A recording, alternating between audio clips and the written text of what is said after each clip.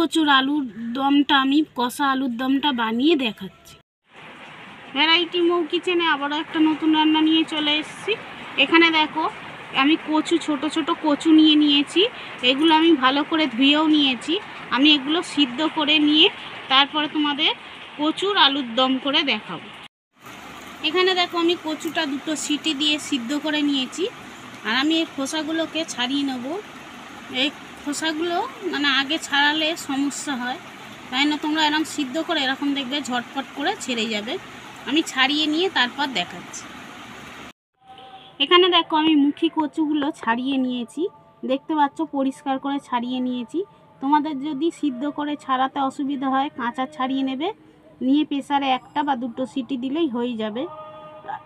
সিদ্ধর সময় অল্প একটু নুন দিয়ে দেবে বন্ধুরা। তাহলে এটা আমি সাইডে করে রাখছি, আর কি মশলা করছি তোমাদের দেখিয়ে দিচ্ছি। এখানে দেখো একটা মিক্সার জার নিয়ে নিয়েছি, আমি জারের মধ্যে পেঁয়াজ কুচি দিয়ে দিচ্ছি। এখানে দেখো বন্ধুরা আমি শুকনো লঙ্কা নিয়ে নিয়েছি, 6টা শুকনো লঙ্কা, আর একটুখানি রয়েছে সর্ষে। দেখো আমি সর্ষেটা জলে ভিজিয়ে রেখেছিলাম, আমি এই শুকনো লঙ্কা আর সর্ষেটা দিয়ে দিচ্ছি। আর টমেটো এর মধ্যে দিয়ে দেবো, আমার টমেটোটা কাটা হয়নি, ওই কারণে আমি দিচ্ছি না, আমি পরে এর মধ্যে দিয়ে একসাথে পেস্ট করে নেবো। আর এতে আরও আরেকটা জিনিস দিচ্ছি, তোমরা দেখতে থাকো। এখানে দেখো বন্ধুরা আমি একটু বাদাম নিয়ে নিয়েছি, এটা হচ্ছে ভাজা বাদাম, কাঁচা বাদাম না, দেখতে পাচ্ছ ভাজা বাদাম। এই বাদামটাও আমি এর সাথে দিয়ে দিলাম। আর যদি তোমাদের কাছে আদা রসুন গোটা মানে থাকে তাহলে এর সাথে দিয়ে পেস্ট করে নেবে। আমার কাছে পেস্ট আছে বলে আমি এতে দিয়ে পেস্ট করছি না। আর এতে একটা টমেটো কুচি দিয়ে দেবো, দিয়ে আমি পেস্ট করে নিয়ে তারপর। এখানে দেখো বন্ধুরা আমি কড়াই তেল দিয়ে নিয়েছি, আর এখানে দেখো আমি মিক্সারে জারের মধ্যে মশলাটা পেস্ট করে দিয়েছি টমেটোটা অ্যাড করে। আর এখানে আমি কড়াই তেল দিয়ে দিয়েছি, আমি এই কড়ার মধ্যে একটু পেঁয়াজ ভেজে নেব। এখানে দেখো পেঁয়াজটা ভাজা হয়ে গেছে, আমি তুলে নিচ্ছি। এখানে দেখো ফোড়নে দিয়ে দিচ্ছি শুকনো লঙ্কা, তেজপাতা আর হচ্ছে জিরে, এই যে তেজপাতা আর এই ফোড়নটা আমি দিয়ে দিচ্ছি।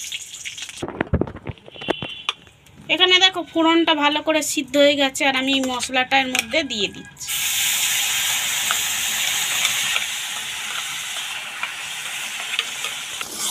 এখানে দেখো এই মশলাটা দিয়ে ভালো করে নেড়ে নিয়েছি, আর দেখো তেল ছেড়ে দিচ্ছে আস্তে আস্তে।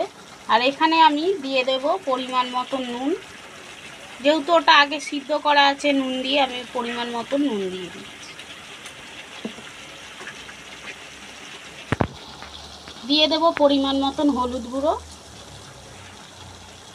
দিয়ে দিচ্ছি পরিমাণ মতন লঙ্কার গুঁড়ো,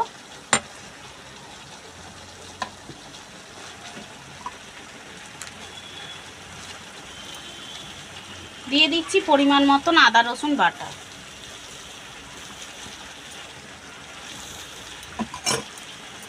আর এখানে দেখো আমি পরিমাণ মতন কাশ্মীরি লঙ্কার গুঁড়ো দিয়ে দিচ্ছি, দিয়ে এটাকে আমি ভালো করে কষে নেব।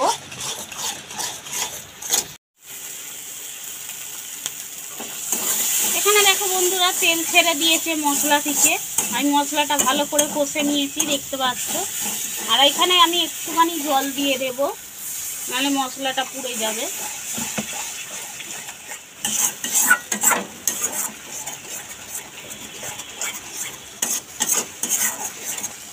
এখানে দেখো আমি কচুগুলো যে ছাড়িয়ে সিদ্ধ করে রেখেছিলাম আমি এগুলো এর মধ্যে দিয়ে দিচ্ছি। এখানে দেখো কচুগুলো আমি দিয়ে নিয়েছি, কিন্তু বেশি নাড়া যাবে না, যেহেতু সিদ্ধ করা, নাড়লে গলে যাবে।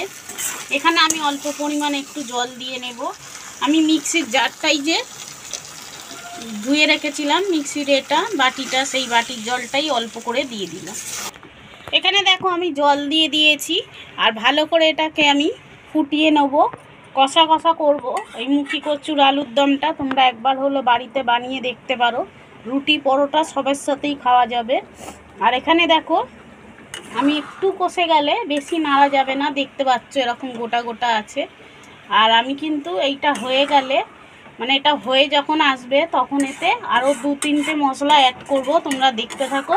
এটা শুকিয়ে গেলে তারপর আমি তোমাদের এখানে দেখো বন্ধুরা আমি একটু কাসুরি মেথি নিয়ে নিয়েছি, আমি এইটার ওপর দিয়ে দিচ্ছি। আর দেবো একটু গরম মশলা, ওপর দিয়ে দেখো আমি গরম মশলা ছড়িয়ে দিচ্ছি,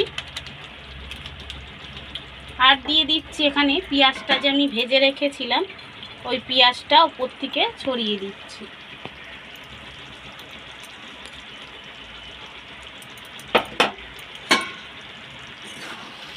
এখানে দেখতেই পাচ্ছ কতটা শুকনো হয়ে গেছে, আর একটু কিন্তু শুকনো হলেই হয়ে যাবে। আর এখানে আমি আর একটা জিনিস দিচ্ছি, এখানে দেখো আমি অল্প একটু ঘি দিয়ে দিচ্ছি। এই ঘিটা কিন্তু অবশ্যই তোমরা দেবে, দিলে দেখবে খেতে কিন্তু আরও সুস্বাদু হবে। আর এখানে দেখো আমি এইটাকে একটু আরেকটু নেড়ে চেড়ে আমি নাবিয়ে নেব, নাবিয়ে নিয়ে তারপর তোমাদের দেখো। এই দেখো বন্ধুরা, এই মুখী কচুর আলুর দমটা, কষা আলুর দমটা তোমাদের বানিয়ে দেখালাম। কেমন হয়েছে অবশ্যই কমেন্ট করে জানাবে। আর একবার হলেও বাড়িতে তোমরা এরকম বানিয়ে দেখতে পারো, লুচি পরোটা ভাতের সাথে সবার সাথেই খাওয়া যাবে। তোমরা দেখতে পেলে কত সহজেই বানানো যায়। এই রেসিপিটা যদি ভালো লেগে থাকে তাহলে লাইক কমেন্ট শেয়ার সাবস্ক্রাইব করে দিও। তোমরা সকলে সুস্থ থাকবে, ভালো থাকবে। আবারও একটা নতুন রেসিপি নিয়ে চলে আসবো। আজকের মতো টাটা।